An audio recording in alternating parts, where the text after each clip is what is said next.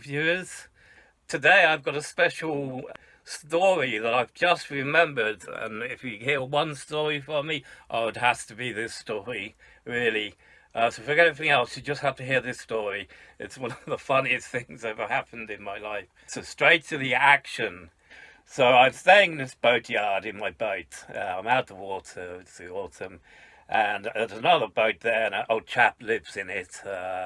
A small steel boat. It didn't go around very much, but he had a friend, and his friend was Lucky the collie. And he'd lived in it for quite some years, but he was getting it on, as it were, and basically an alcoholic. Now, the reason Joe had this dog, Lucky, is because he'd rescued him from some young guys, and basically some people, because it was noisy, the owners of the boat broke both its legs so they couldn't get about, and left it like that. So Joe rescued it, but after a month of not being sort of medically cared for, its front legs were useless.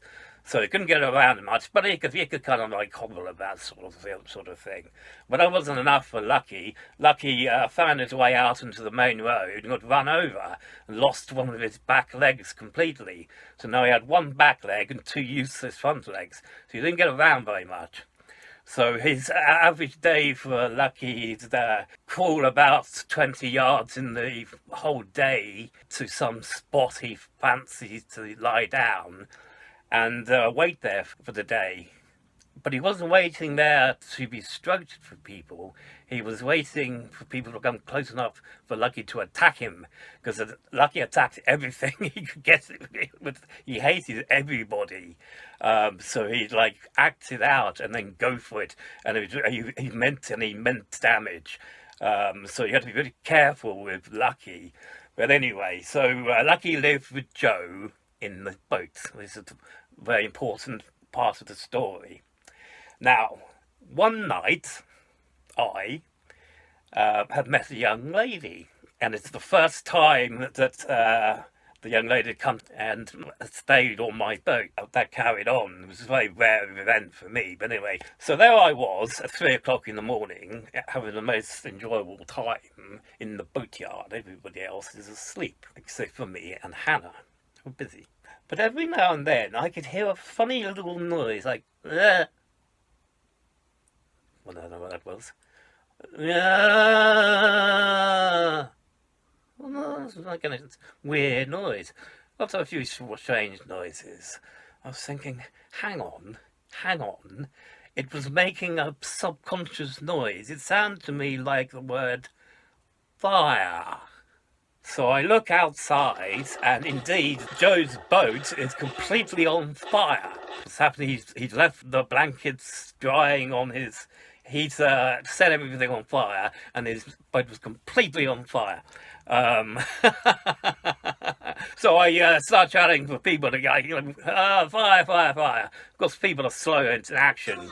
Nick's not slow in action. Nick is fast in action. So in seconds, I've got something on and 2 fire extinguishers, and I'm on the mission. Now, Joe's managed to get him off the top of the boat. He's already burnt himself. Get him out, start tackling the fire.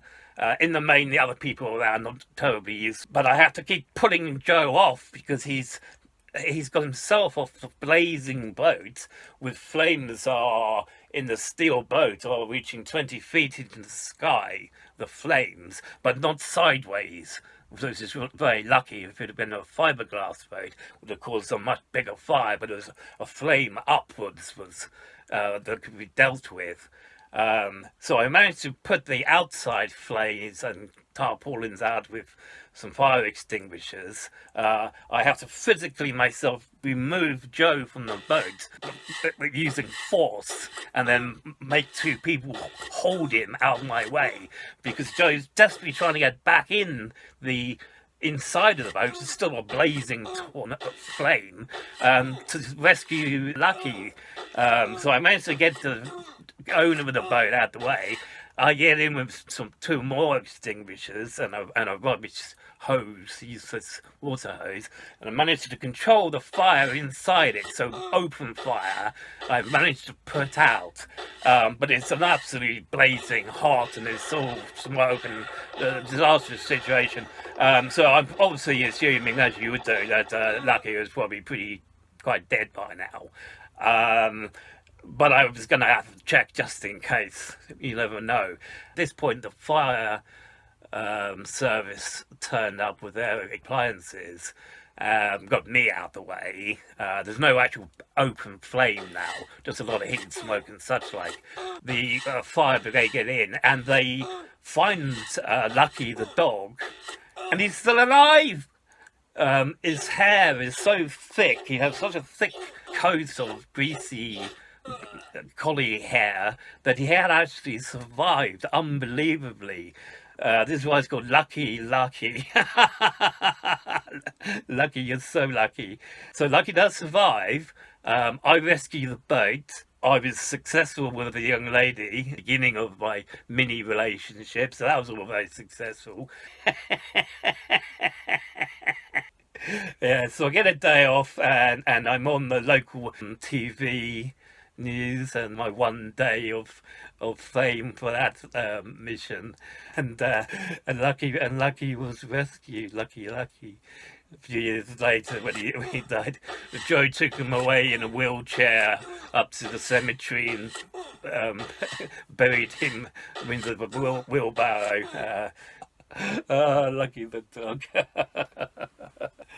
Yeah, so that's the story of Lucky, the lucky dog. So that's that story. You will agree with me. If you're going to listen to one story, that was one of the better stories. Next time I'll tell you how I'm getting home myself here. On my next chat in a few days, I'll show you I finished setting up my boat for the winter setup. I'll show people around my current living life, but that's enough for today.